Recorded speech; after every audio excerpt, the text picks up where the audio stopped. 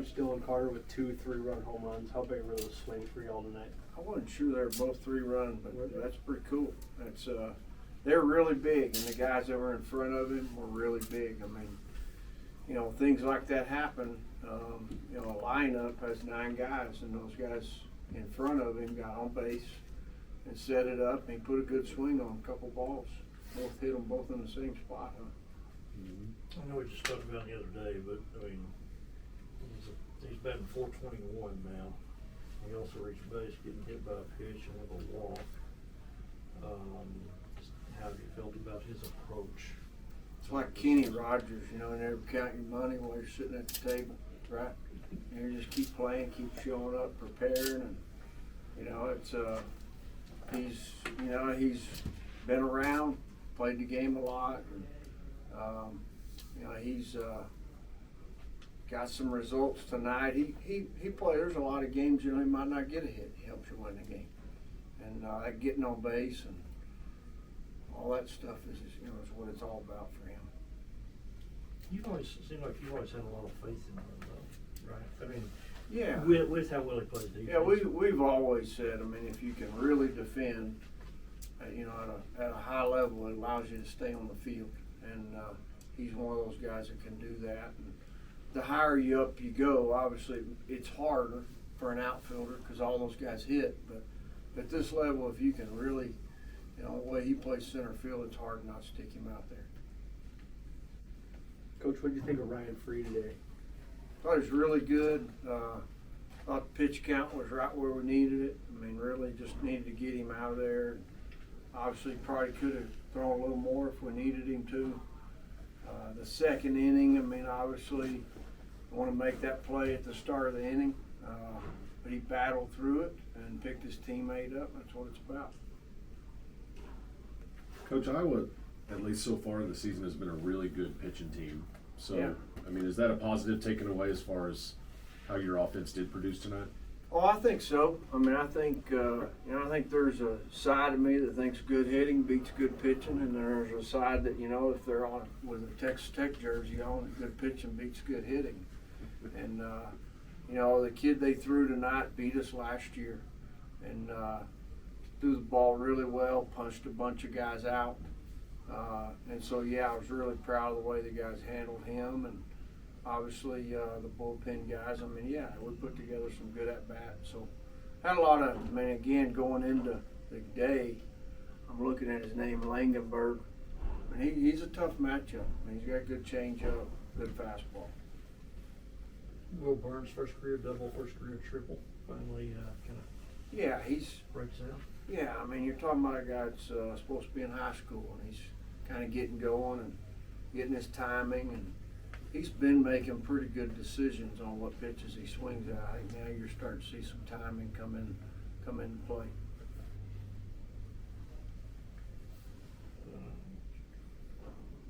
Coach, just your thoughts on Brendan Girton tonight and what he was able to do in 3 innings? Yeah, hopefully Brendan can look at, you know, tonight and you know, and learn from it. You know, he again, his first inning was fine. Second inning, not so much. You know, as a starting pitcher, you really, or any pitcher, you really, there's some things you have no control over, but what you can do is commit to executing the pitch, and I think Brendan does that. I think sometimes there's he might get out of his delivery, might overthrow, call it whatever you want. And that's part of the learning process of being able to repeat. You know, and everybody wants to throw hard, and really the result of throwing hard is having good timing, and you know, it usually comes with, you know, just being smooth, and so he'll get there. Brendan's a great athlete. He'll get there. With the walks that he had now, is there any pitch in particular that he didn't have a feel for, or was it just kind of? I would say, I mean, I don't know that he had great feel for any of them. I think when he executed pitches, now I think the ball was in an area that's hard to hit, but I mean, as far as, again, I think, you know, it's probably just wasn't a real crisp night for him. Okay, we got Brendan Girton, Dylan Carter. Somebody start us out. Brennan, kind of short outing today, but is there anything, you seemed like you weren't commanding the off-speed pitches very well, but is that something that you were seeing today from yourself? Yeah, definitely. I mean, I didn't command anything very well today. I mean, just a bad outing. Was your, since I guess the second inning was a little longer, did your pitch count get up based on that? Were you surprised at all that you came out after 3? I mean, Based on how you felt or how many pitches you'd thrown? I felt good, but I mean, I wasn't doing my job, so I mean, I don't blame anybody for taking me out. I wasn't doing my job. Dylan, this is your first career 2 home run game. Do you remember your last 2 home run game, either in high school or whatever level? I think that's the first one of my 22 years, so it's pretty cool. So no little league. Not even in Cooperstown. What was kind of your approach tonight, especially going opposite field for both of us? I mean, that was definitely big. I feel like past few ABs, I've been trying to get the head out and do more damage than I need to and just kind of get back to basics, and that's really where my true power is. So it was good to kind of feel that again and just be able to pick up our guys when, like Gerton said, he felt good, but his stuff for him wasn't there. I mean, there's going to be days where the whole lineup, we're going to have one hit and have to win 1-0, and we're going to be relying on them. So it was good to see our offense pick up our pitchers because most of the time it's the pitchers picking us up, like against A&M. But yeah, it was cool today. Want to give a shout out to your to your mental performance coach again today? 100%. Shout him out every day. I talk to him 3 hours before the game, so it's pretty cool.